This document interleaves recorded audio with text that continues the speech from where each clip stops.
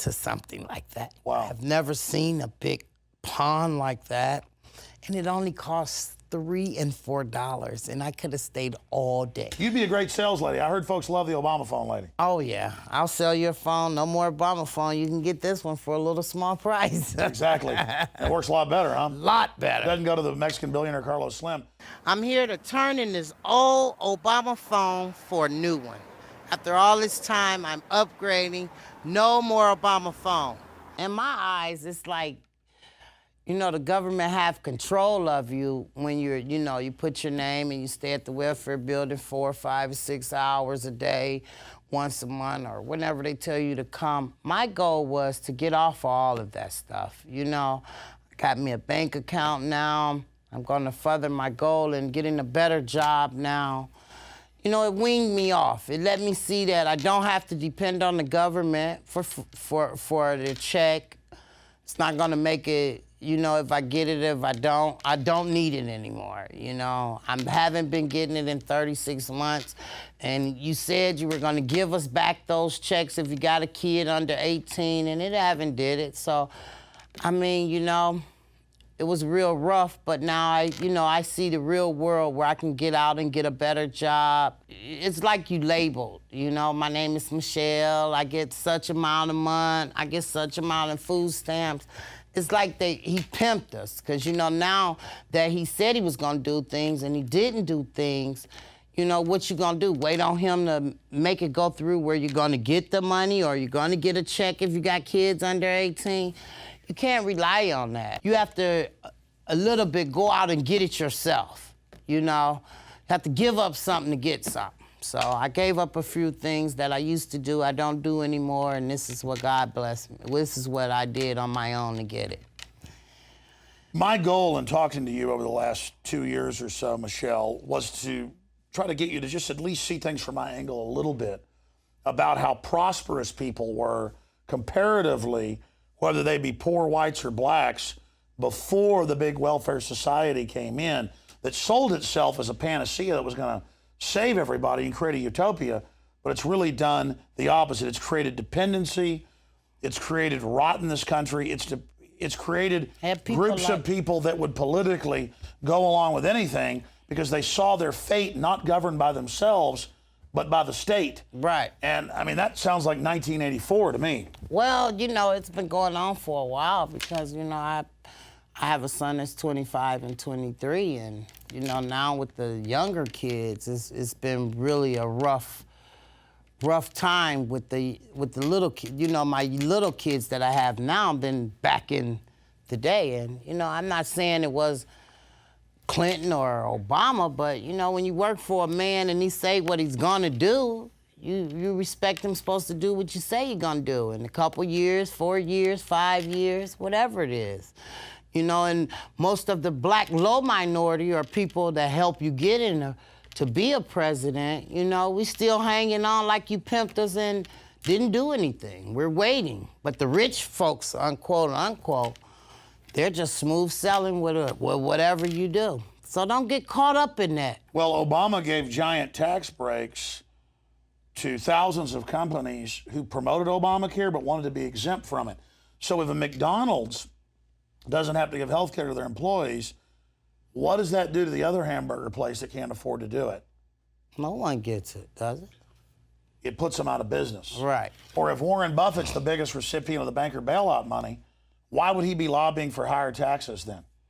Because he gets the tax money. Right, he gets some percentage out of it or something? Basically, yeah. The ultra-rich are against the new money and the recently they wealthy. already said, you know, just like some millionaires or people with money, for instance, that's living, they're said a lot of rich people to me that wasn't even on Obama.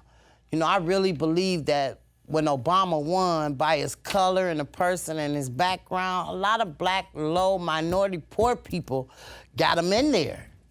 You know, because we thought he was gonna do more or do better than the way we were living. You know, and I wondered, you know, why you haven't seen none of this, or why he didn't do nothing to try to help some of these people, save us. I mean, not save us, but, you know, you got to be like me. You got to get out, get independent, You know, dress up and fight. It's like a war out here in life. You know, when you go for an interview, you got 20 people at the same interview. Which gonna catch your eye? You know what I'm saying? Take Martin Luther King, and we'll play a clip of him in one of his famous speeches talking about judge people on the character of their deeds, not on the color of their skin. I have a dream. My 4 little children will one day live in a nation where they will not be judged by the color of their skin, but by the content of their character. I have a dream today.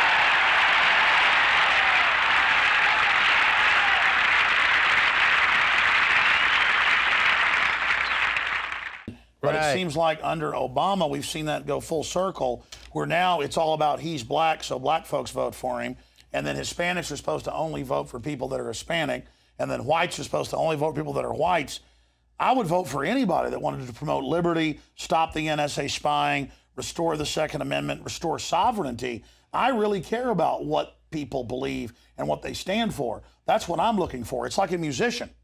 If a musician is white and plays the drums great, I love them. If they're black and play the drums great, I love them. I don't care what color they are. If they play the guitar good, or they sing good like Marvin Gaye, or they sing good, like Teddy Pendergrass, absolutely, I love or George Jones, or anybody, or Waylon Jennings, or I mean, it's all about resonating with that individual and what they stand for. Right. You haven't did too much for me. A lot of people during the first campaign in 2008 would say, "I'm not going to pay for gas. I'm going to have to pay for a house." All that stuff went up. You're going to give it all to me. And he wouldn't say no, no, no. He would go along with that. But he didn't. But how does he give somebody a house or a car without taking it from somebody else, Michelle? I mean, George Soros did get most of his money through fraud and scams. Right. And Nazi collaborating to begin with. But I wouldn't even want to take all his money and redistribute it, because it would set the precedent to take good people's money and redistribute it.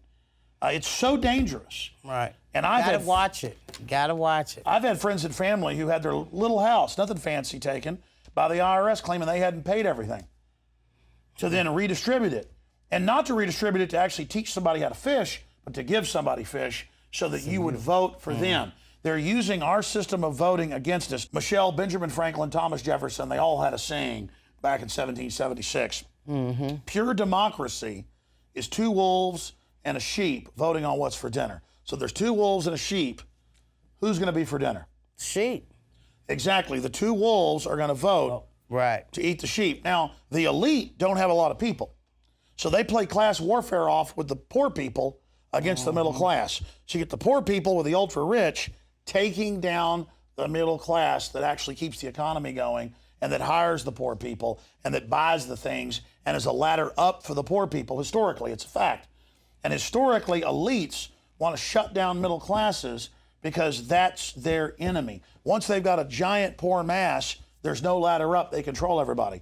That's why you've got all the big billionaires, almost all of them, but a few, giving money for socialism, giving money for big government, not to make you free and empower you, but to just give you enough to just shut up and get out the way. Get out of the way. Right.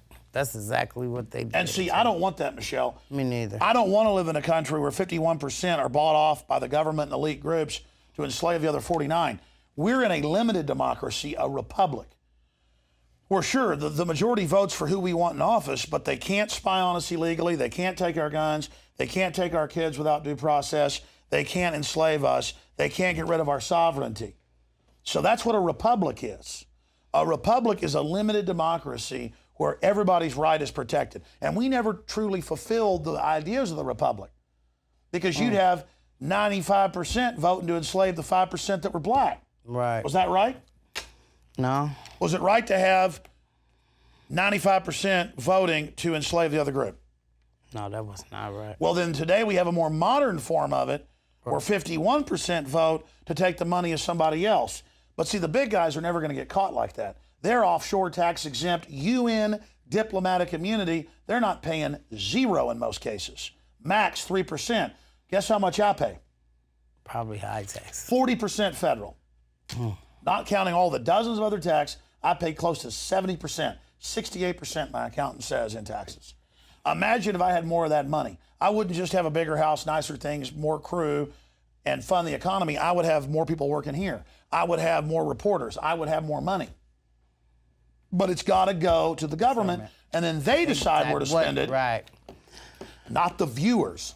See, in a free, open society, people vote with their dollars of what the food they want, of the clothes they want, of the media they like or think is informative. And so you get real diversity in ideas. That's a true renaissance.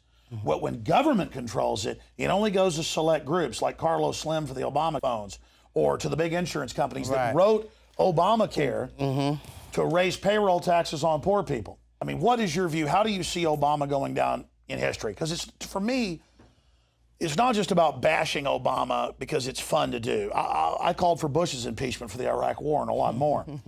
It's about realizing he's the corporate front man. He's the pitch man. Right. He's able for a to fraud to con a bunch of people. Could John McCain or Mitt Romney have gotten this many cons through against minority groups as Obama got? No.